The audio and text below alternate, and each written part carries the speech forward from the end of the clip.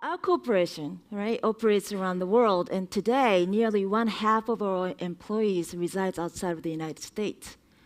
I joined Intel back in 2000 in Japan because I wanted to see how it feels like to be in a US-based global company where I felt the women in Japan have more opportunities.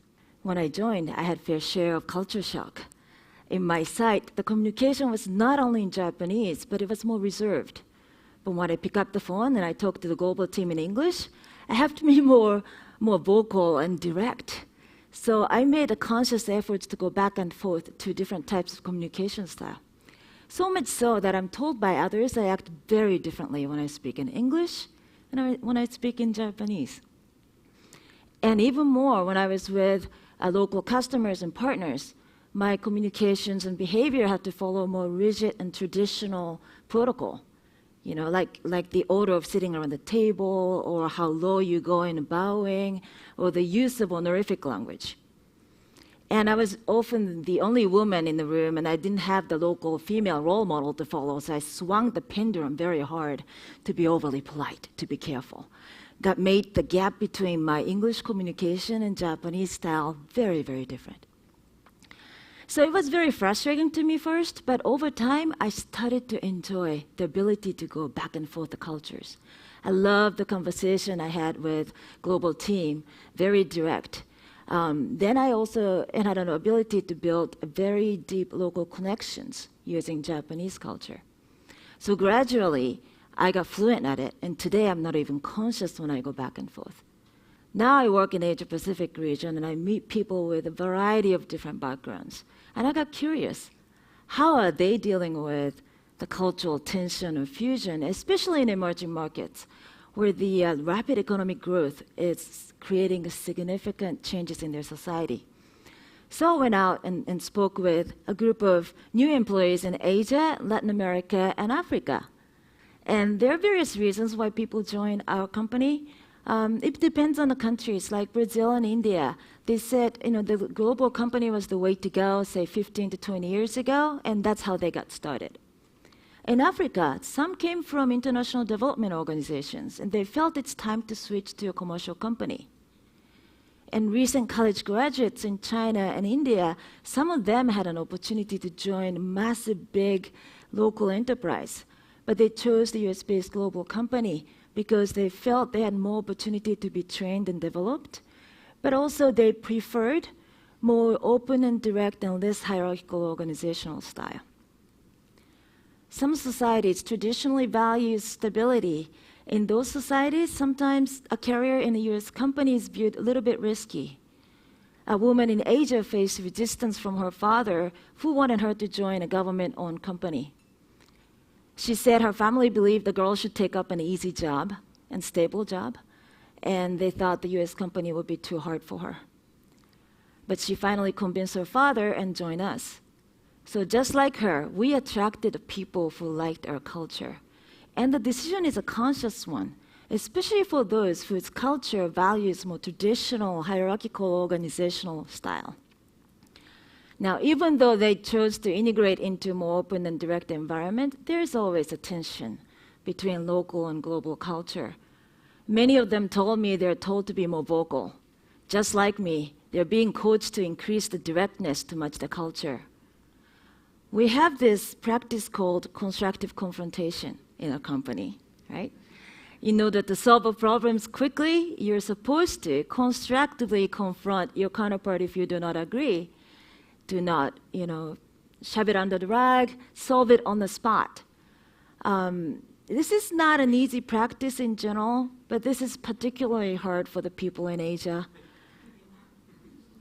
Right? I got the laugh. Good. Yeah? Because we're taught not to challenge our seniors or rock the boat, and it starts very early in his childhood, in a family or the school education.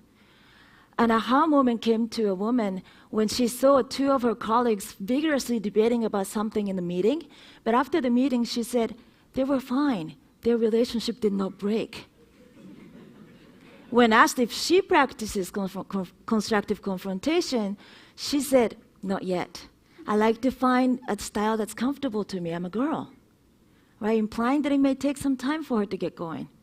In Vietnam, a leader there intentionally encourages debates and try to demonstrate constructive confrontation in front of others to show that it's okay.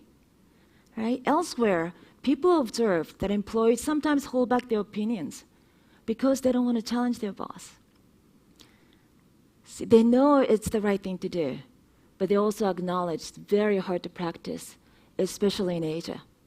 Now, once they're outside of the corporate environment, they have to follow the local protocol of communications, where the directness or constructive confrontation is not a norm at all. For example, in India, or many other cultures, you have to address your senior ranking business partners with sir and madam. Imagine that, they're almost living in a dual world, right? I guess we'll use different communication style when we're at home or when we're at work. But for these employees, there's added complexity, requiring them to do a lot of balancing acts between local and global culture. And sometimes there's a pressure to do a business in a local way, like providing bribes and kickbacks. And of course, employees must follow our clear policy of doing business with utmost integrity. An African woman shared with me a story with a laugh. Her business partner once said, "You know, she's black like us, but she thinks like a white person." Now, she must do a careful balancing act not to damage the relationship. So she will try to avoid embarrassing her business partner by casually mentioning her policy before they go into the official meetings. Many cultures are not used to dealing with women who are in charge of business. And a woman told me a story when her customers directly reach out to the US executive simply because they're just not used to seeing a local woman who is responsible for business. The US executive politely explained to the customer that she's actually the one who is responsible for the business in their country and all communications must go through her. The sense of respect and empowerment she felt was great, but at the same time, she must be very careful and also maintain the local relationship not to offend the customer. Now, we hear a lot about emerging markets and its global, in the global landscape and its economic growth. And sometimes it feels like these places are such exotic markets halfway around the world. Before talking to them, my assumption was that there would be something very unique about their experience. But in the picture, there really was not. People are people. Consequences may vary, but they chose a company that fits their beliefs and values, and they gave themselves an opportunity to be trained and developed in a global environment.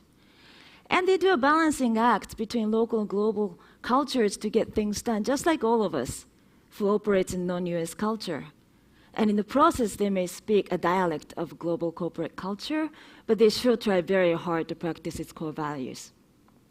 And I think it's important to note what connects a global company with various local cultures we operate in is the very balancing acts performed by the people on the ground. Without them, it's just not possible to have a global footprint. And I believe this is sending a signal back to our community and gradually shaping a global corporate culture. And it may not be happening in a one-dimensional cultural shift, but it's almost like a multicolored Rubik's Cube-like phenomena with many shades of interpretation. I asked a funny question to these employees whether they feel stronger affinity to their local sites or to the corporation. Many people took time to think because the line is so blurred. Physically, they belong to the local site in their countries, but every day they have a contact with the people around the world.